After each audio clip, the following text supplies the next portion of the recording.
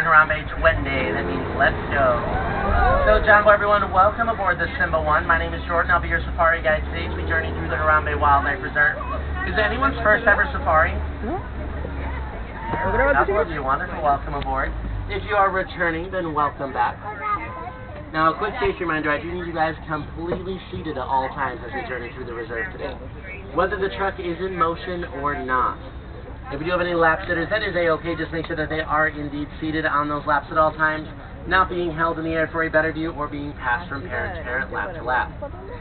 It is also a photo-taking safari, so do feel free to take all those photos and videos that you would like, but make sure you keep a firm grasp on those devices. I'm not authorized to stop or turn around for anything that might fall out of the vehicle. Roads out here in Harambe are very bumpy as a result of them being unpaved.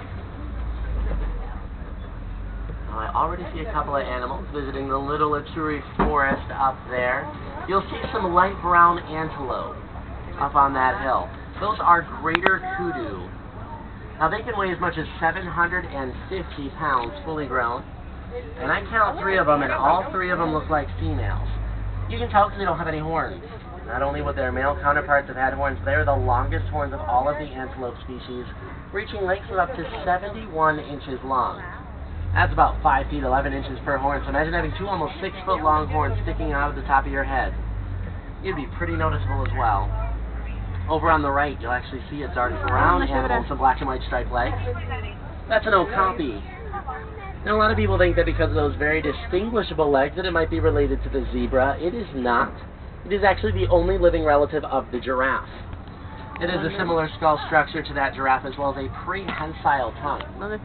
That term prehensile means it has the ability to grab and pull on objects. So even if that low-hanging branch isn't low enough for it to grab with its jaw, it can still reach out with its 13 to 18-inch long tongue, wrap it around those leaves, rip them off, and still have itself a happy meal. Now, not too many people have even had the opportunity to see the okapi in person, as they weren't discovered by humans until 1901. That's a little over a century ago, and it took us so long to find them because they're very shy and reclusive animals that don't tend to travel where humans do. Now, right down there on the left, those are 2 black rhinos. Now, there are less than 5,000 black rhinos left in the entire world. That includes in the wild as well as in captivity. So, unfortunately, those are 2 of 5,000. The reason those numbers are so low is because humans have been hunting them for their horns. This is illegal. It's known as poaching. And those horns are actually made of the same material as our fingernails and our hair. It's called keratin. For that reason, scientists have still yet to find a scientific reason for humans to have access to those horns. We are also their #1 threat in the wild. Other than humans, they don't face too many natural predators out there. So we can take sole responsibility for those numbers being as low as 5,000.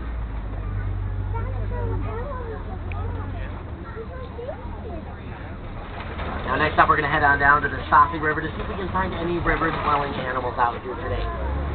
Chances are, if you're in the wild and you come across a large body of water, if you're looking to see some wildlife, just hang tight. Most animals do need to frequent water sources in order to survive.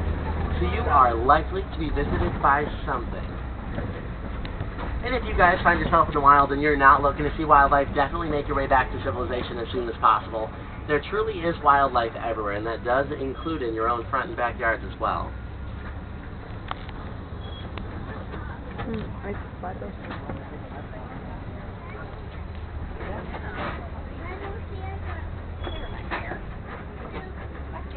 Well, it's looking pretty quiet over there on the right, but Kudu Matata, no worries. The river does go on. We're going to try our luck up here.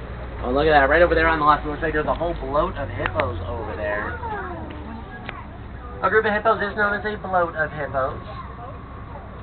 And they can actually hold their breath for up to 8 minutes at a time. They will do so even while sleeping underwater, so every 8 minutes while sleeping, their bodies will naturally rise to the surface.